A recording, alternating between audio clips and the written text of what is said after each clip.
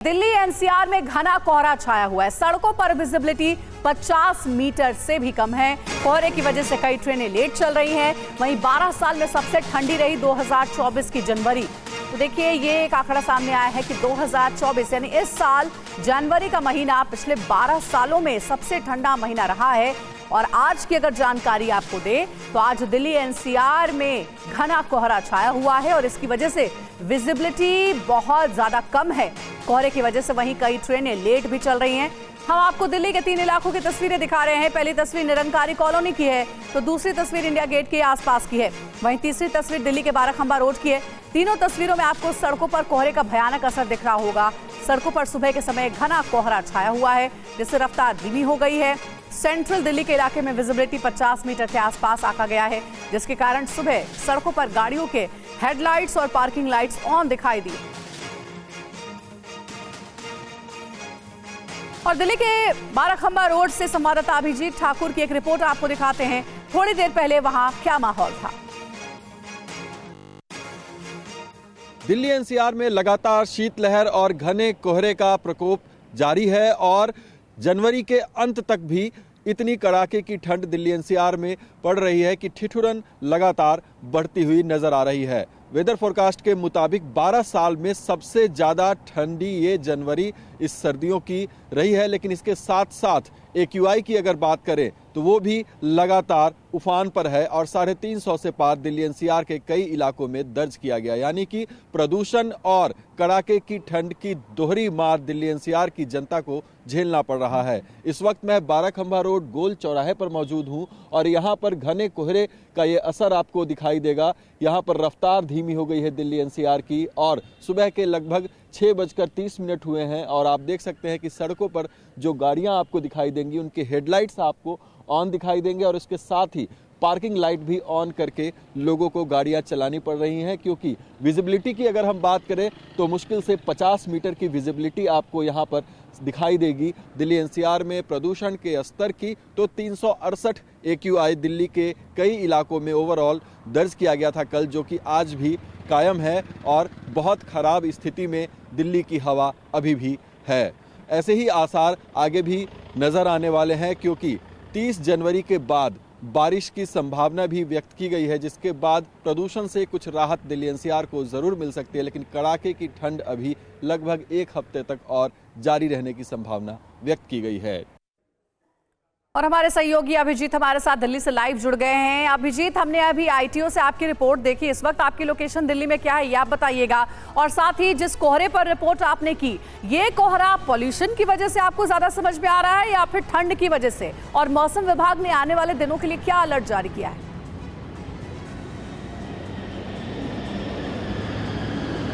जी, आपको बता दूं कि ये सुबह सुबह ये कोहरे का जो प्रकोप है वो शीतलहर के कारण ही आपको देखने को मिलेगा। और इस वक्त मेरी लोकेशन जो है वो ITO क्रॉसिंग पर ही है, जहां पर सबसे ज़्यादा ट्रैफिक अर्ली मॉर्निंग से ही शुरू हो जाता है। और यहाँ की अगर हम तस्वीरें आपको दिखाएं तो तमाम आपको गाड़ियाँ दिखाई देंगी जिनके हेडलाइट्स ऑन दिखेंगे, आपको पार्किंग लाइट्स भी यहाँ पर ऑन दिखाई देंगे।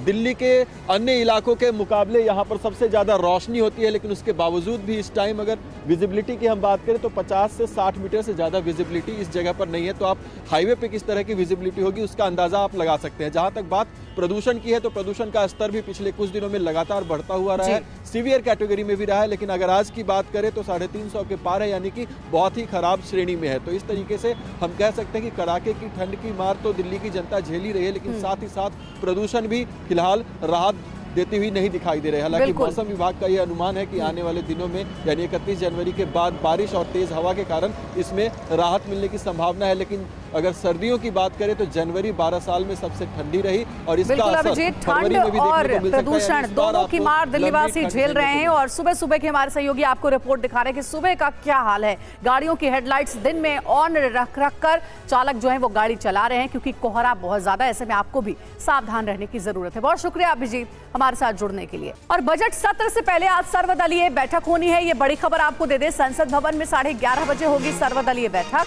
संसद सत्र चलाने पर इस बैठक में चर्चा होगी।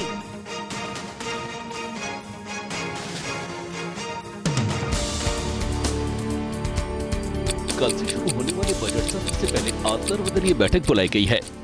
संसदीय कार्य मंत्री प्रहलाद जोशी ने सुबह 11:30 बजे संसद भवन में सभी पार्टियों के प्रतिनिधियों की बैठक बुलाई है, जिसमें सदन की कार्रवाई को निर्बाध रूप से चलाने पर चर्चा होगी। कल से शुरू हो रहे बजट सत्र की शुरुआत राष्ट्रपति के अभिभाषण के साथ होगी।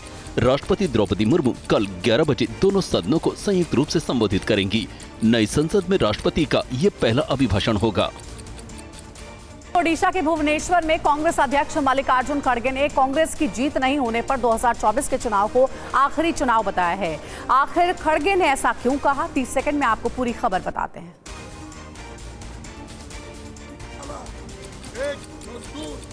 मल्लिकार्जुन खड़गे ने ओडिशा के एक जनसभा में कहा कि 2024 लोकसभा चुनाव लोकतंत्र को बचाने का आखिरी मौका होगा। अगर इस चुनाव में बीजेपी जीती तो इस देश में दोबारा चुनाव नहीं होने दिया जाएगा। ये आखिरी चुनाव है। मोदी अगर फिर से आए तो नए चुनाव होंगे, नहीं करने देगा और डिक्टेटरशिप आएगा। तुम मानो या न मानो। अगली बड़ी खबर का रुख करेंगे। चंडीगढ़ में आज मेयर के चुनाव होने हैं। हाईकोर्ट के निर्देश पर आज होगा चुनाव के लिए आम आदमी पार्टी कांग्रेस ने गठबंधन किया है, तो गठबंधन के साथ मेयर का चुनाव लड़ा जा रहा है चंडीगढ़ में। चंडीगढ़ मेयर चुनाव में इस बार सीधा मुकाबला कांग्रेस आम आदमी पार्टी के गठबंधन और बीजेपी के बीच है।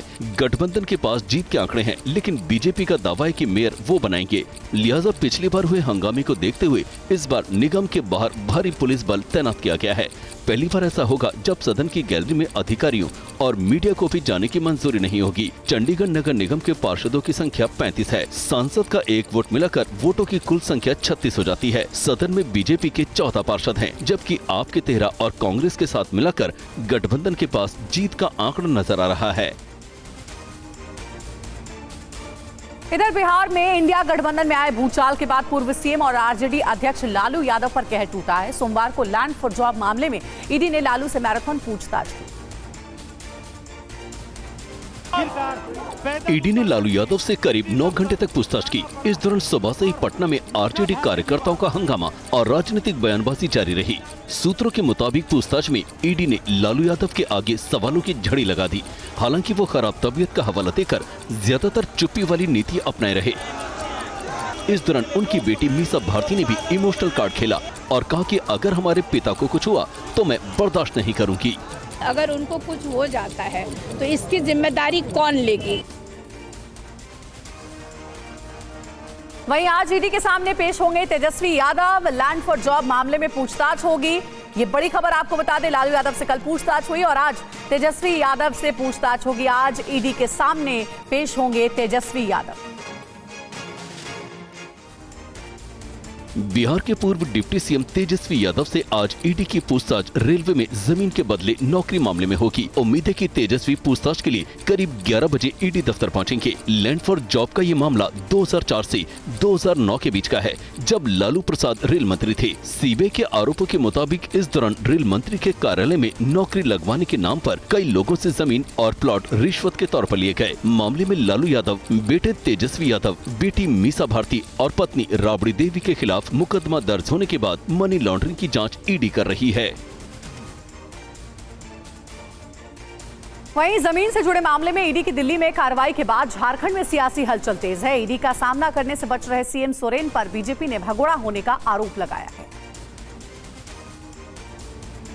हेमंत सोरेन कथित लैंड स्कैम से जुड़े मनी लॉन्ड्रिंग के मामले में बुरी तरह से घिरते नजर आ रहे हैं।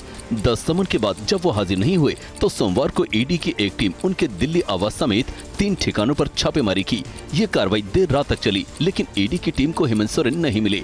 जाते जाते ईडी की टीम उनकी BMW कार अपने साथ ले गई। इससे पहले जैसे ही रांची में ईडी की इस कार्रवाई की खबर पहुंची, जेएमएम कार्यकर्ता सड़कों पर उतर आए और जमकर हंगामा किया। वहीं बीजेपी ने झारखंड के सीएम पर भगोड़ा होने का आरोप लगाया है। हालांकि ईडी की टीम उनकी जगह जगह तलाश कर रही है। महाराष्ट्र में शिवसेना, यूबीटी और शरद पवार के गुट वाली एनसीपी के नेताओं की मुश्किलें कम नहीं हो रही हैं। खिचड़ी स्कैम में अब ईडी ने आज शिवसेना यूबीटी सांसद संजय राउत के भाई को पूछताछ के लिए बुलाया है। महाराष्ट्र में कोरोना काल के दौरान हुए कथित खिचड़ी स्कैम मामले में संजय राउत के भाई संदीप राउत को आज मुंबई ईडी दफ्तर में पेश होना है। इस केस में कुछ दिन पहले ही आदित्य ठाकरे के करीबी सूरज चौहान को ईडी ने अरेस्ट किया था। पिछले साल जून में ईडी ने सूरज चौहान के आवास समेत मुंबई में 15 जगहों पर छापे मारे थे और कई दस्तावेज बरामद किए थे। आरोप है कि प्रवासियों को खिचड़ी बांटने के काम में बीएमसी की तरफ से ठेके में गंभीर अनियमितता बरती गई। मामले में पिछले साल शिवसेना यूबीटी नेता अमोल कीर्तिकर से भी पूछताछ हो चुकी है। और एक और बड़ी खबर है, आज बिहार के पूर्णिया पहुंचेगी भारत जोड़ो यात्रा। पूर्णिया में जनसभा को संबोधित करेंगे राहुल गांधी। तो बिहार के पूर्णिया आज राहुल गांधी की यात्रा पहुंचने वाली है और पूर्णिया में भारत जोड़ो यात्रा के साथ राहुल गांधी यहां एक जनसभा को संबोधित भी करने वाले हैं। भारत जोड़ो न्याय यात्रा के जरिए राहुल गांधी सीमांचल की जमीन को फिर से सींचने में जुटे हैं। न्याय यात्रा जब सोमवार को बंगाल के उत्तरी दिनाजपुर से बिहार के किशनगंज पहुंची तो राहुल बिहार की नई सरकार को लेकर कुछ भी बोलने से बचते रहे। हालांकि इस दौरान उन्होंने बीजेपी और आरएसएस पर जोरदार हमला बोला। वो नफरत की बात करते हैं, देश को बांटने की बात करते हैं। किशनगंज के बाद राहुल गांधी की न्याय यात्रा अररिया पहुंच चुकी है, जहां उन्होंने मां खड़गेश्वरी काली मंदिर में दर्शन पूजन किया। खबर राजस्थान से। राजस्थान में हिजाब पर बाल मुकुंद आचार्य के बयान के बाद सियासत तेज है। अब उनके समर्थन में मंत्री किरोड़ी लाल मीणा ने भी बड़ा बयान दिया है। उनके मुताबिक ये सिर्फ गुलामी की निशानी है। मीणा के मुताबिक स्कूलों में एक ड्रेस कोड होना चाहिए। कैबिनेट मंत्री डॉक्टर किरोड़ी लाल मीणा ने कहा है कि वो खुद हिजाब पर प्रतिबंध के लिए सीएम से बात करेंगे। हिजाब और बुर्का ये कई मुस्लिम कंट्रीज में प्रतिबंधित है। जब मुगल आक्रांता आए उन्होंने ये प्रथा हमारे देश में चलाई। तो ये बुर्का और ये हिजाब जो है हमारे देश में किसी प्रकार से, जब मुसलमान देश में स्वीकार्य नहीं है तो यहाँ स्वीकार्य नहीं होना चाहिए। और जो भी इसकी मांग उठा रहे मैं उसको उचित मानता हूँ। जयपुर के सुभाष चौक थाने के बाहर छात्राओं के प्रदर्शन पर बाल मुकुंद आचार्य की भी प्रतिक्रिया सामने आ गई है। उन्होंने कहा कि उनके बयान को लेकर सियासत हो रही है, जबकि उन्होंने वही कहा जो सरकारी स्कूलों में जरूरी है। तो मेरा किसी धर्म से, किसी जाति से या किसी कोई ड्रेस कोड से समस्या नहीं है। हमारे विद्यालयों में, सरकारी विद्यालयों में एक नियम कायदा जो बना है उस कायदे के अनुरूप सारे छात्र छात्राएं पढ़ाई करें और यही निवेदन किया है। इससे पहले गंगापुल इलाके के एक सरकारी स्कूल के वार्षिक कार्यक्रम में पहुंचे बाल मुकुंद आचार्य का कुछ बच्चों ने विरोध किया था। धार्मिक नारे लगवाए गए थे। इधर उत्तराखंड में 2 फरवरी को यूसीसी कमेटी सरकार को ड्राफ्ट सौंपने जा रही है। इसे सरकार कब और कैसे लागू करेगी, इसे लेकर सीएम पुष्कर सिंह धामी ने अहम जानकारी दी है। आइए आपको सुनाते हैं। जस्टिस रंजना प्रकाश देसाई जी की अध्यक्षता में कमेटी बनी। कमेटी ने अपना काम पूरा कर लिया है और उन्होंने हमको बताया है कि 2 तारीख को वो हमको ड्राफ्ट दे देंगे और उनका ड्राफ्ट देने के बाद उसका आकलन करेंगे, उसको मंत्रिमंडल में लाएंगे। उसके बाद विधानसभा में जो विधेयक बनने की दिशा में, एक्ट बनने की दिशा में जो कार्रवाई होती है उस कार्रवाई को हम आगे बढ़ाएंगे। और एक बड़ी खबर है, बीजेपी सूत्रों से मिली खबर के मुताबिक सीएए पर अभी कुछ तय नहीं है, लेकिन केंद्रीय मंत्री शांतनु ठाकुर के दिए बयान और उत्तराखंड सरकार के प्लान को लेकर विपक्ष के तेवर तल्ख नजर आ रहे हैं। मुरादाबाद में एसपी सांसद डॉक्टर एसटी हसन ने कहा है कि उनकी पार्टी समेत तमाम विपक्षी पार्टियां एनआरसी के विरोध में हैं। वो इसके लिए कुछ भी कर सकते हैं। यूसीसी के अंदर कुरान और हदीस की रोशनी से मुखालिफ बातें होंगी या कुरान में जो कुछ हमें हुक्म दिया गया है उसके खिलाफ कोई बात होगी तो हम यूसीसी हरगिज़ नहीं मानेंगे। हम कुरान और हदीस को मानने वाले लोग हैं, ईमान पे चलने वाले लोग हैं और ईमान की खातिर हम कुछ भी कर सकते हैं। उमर अहमद इलियासी के खिलाफ फतवा जारी हुआ है। बड़ी खबर आपको दे दे, प्राण प्रतिष्ठा में शामिल होने पर फतवा जारी किया गया है। फतवा जारी होने पर बोले इलियासी, जिन्हें दिक्कत हो वो पाकिस्तान चले जाएं।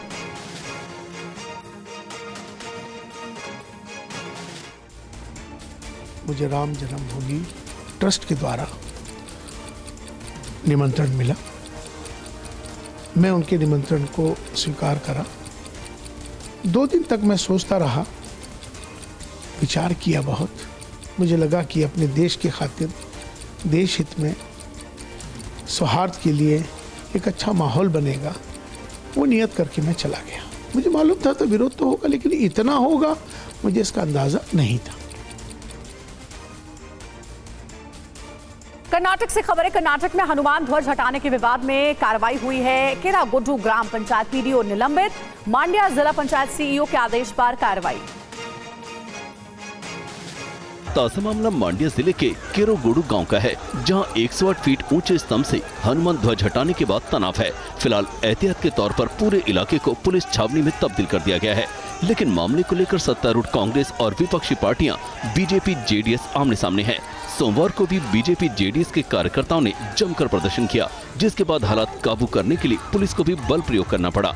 मामले को लेकर कांग्रेस और बीजेपी एक दूसरे पर सियासत करने का आरोप लगा रहे हैं। आज कांग्रेस हनुमान ध्वज निकाल करके तालिबान ध्वज लगाना चाहता था। अब वो जमाना हो गया, तालिबान लगाने का जमाना हो गया। They should have basic common sense. Let them do politics, not on the law of the land. और साथ ही आपको एक और बड़ी खबर बता दें, students Islamic movement of India यानी कि सिमी के खिलाफ भारत सरकार ने कड़ा एक्शन लिया है। उस पर लगे बैन को अगले 5 सालों के लिए बढ़ा दिया गया है। Students Islamic movement of India की स्थापना 25 अप्रैल 1977 में हुई थी। ये प्रतिबंधित इस्लामिक छात्र संगठन जमात इस्लामी का नया रूप माना जाता है, जिसे गृह मंत्रालय ने साल 1956 में ही प्रतिबंधित कर दिया था। सिमी पर देश में कई आतंकवादी घटनाओं में शामिल रहने का आरोप है। गृह मंत्रालय के मुताबिक गैर कानूनी गतिविधियां रोकथाम अधिनियम यानी UFPA के तहत सिमी को और 5 साल के लिए गैर कानूनी संगठन घोषित किया गया है। सबसे पहले इस पर 2001 में बैन लगा था, फिर 2019 में केंद्र सरकार ने इसे और 5 साल के लिए बढ़ा दिया था। और राम भक्तों के लिए हरिद्वार से अयोध्या के बीच स्पेशल ट्रेन की शुरुआत की गई है। सीएम पुष्कर सिंह धामी ने इस ट्रेन को अयोध्या के लिए रवाना किया। श्री राम भक्तों के लिए हरिद्वार से अयोध्या के लिए आस्था स्पेशल ट्रेन की शुरुआत की गई है। सीएम पुष्कर सिंह धामी ने हरी झंडी दिखाकर ट्रेन को रवाना किया। इस ट्रेन से 1504 श्रद्धालुओं को हरिद्वार से अयोध्या के लिए रवाना किया गया। हरिद्वार से अयोध्या के बीच चलने वाली ये स्पेशल ट्रेन आज सुबह 10 बजे अयोध्या पहुंचेगी। इस ट्रेन को रवाना करने से पहले अयोध्या स्टेशन पर सांस्कृतिक कार्यक्रम का आयोजन किया गया, जिसमें सीएम पुष्कर सिंह धामी शामिल हुए।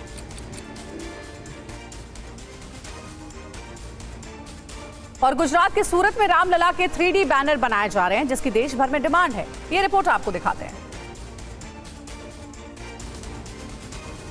रामलला की प्राण प्रतिष्ठा के बाद से देश भर में भगवान राम को लेकर गजब का उत्साह है। गुजरात के सूरत में भगवान राम के 3D बनकर तैयार किए जा रहे हैं। इन बैनर्स की खासियत ये है कि इन्हें देखकर ऐसा प्रतीत होता है जैसे सचमुच रामलला की मूर्ति ही सामने विराजमान है।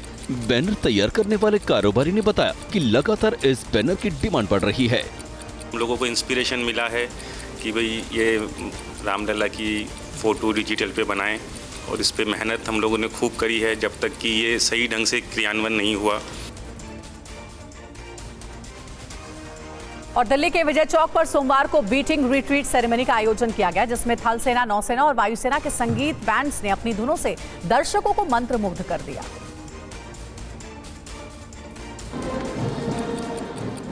बीटिंग द रिट्रीट भारत के गणतंत्र दिवस समारोह की समाप्ति का सूचक है। दिल्ली के विजय चौक पर तीनों सेनाओं का ये मार्च जवानों के बैरक वापसी का प्रतीक है। रायसीना हिल्स पर कार्यक्रम के दौरान राष्ट्रपति द्रौपदी मुर्मू, उपराष्ट्रपति जगदीप धनखड़ और प्रधानमंत्री मोदी की मौजूदगी में सामूहिक बैंड का शंखनाद देखने लायक रहा। थल सेना, नौसेना और वायुसेना के बैंड्स ने दर्शकों को मंत्रमुग्ध कर दिया।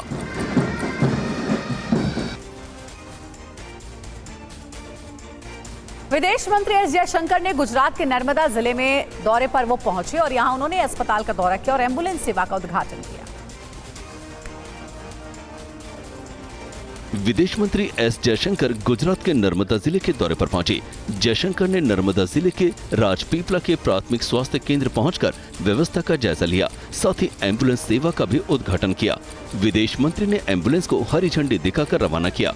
इससे पहले विदेश मंत्री ने स्टैच्यू ऑफ यूनिटी के पास एकता नगर में युवाओं को समर्पित एक कौशल विकास केंद्र का भी उद्घाटन किया और कहा कि स्थानीय आदिवासियों के कौशल विकास में ये केंद्र मददगार साबित होगा। महज कुछ हजार रुपयों के लिए लुटेरे किसी की जान भी लेने को तैयार हैं। आंध्र प्रदेश के अनाकापल्ली से आया ऐसा ही वीडियो आपको भी डरा देगा। 30 सेकंड में रिपोर्ट देखिए।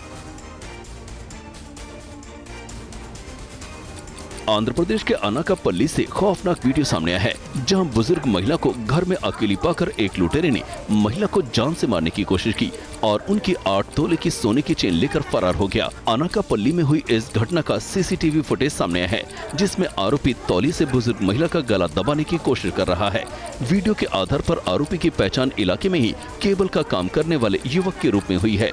पुलिस ने परिजनों की शिकायत पर मामला दर्ज कर लिया है।